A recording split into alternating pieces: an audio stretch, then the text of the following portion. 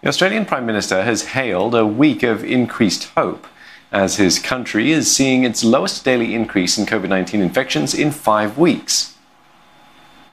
This was a week of hope where we're able to speak of the progress being made on vaccines, a week of hope where we've seen the instances of cases in Victoria turn the corner and head in the right direction again.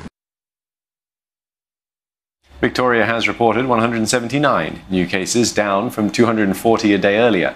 The current number of new cases is a significant decrease from over 700 a day 2 weeks ago. The state is in the middle of a 6-week lockdown due to a second wave of infections. This includes a nightly curfew and keeping many businesses closed.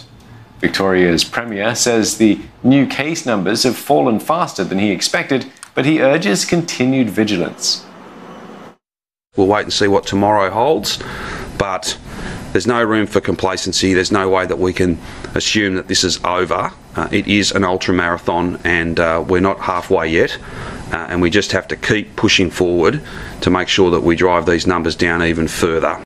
The challenge of the next couple of weeks is that even as community transmission goes down, those complex outbreak settings that are really hard to get on top of transmission in aged care, in the disability sector, even in our health services, they might end up with a baseline level of transmission that is harder to shift.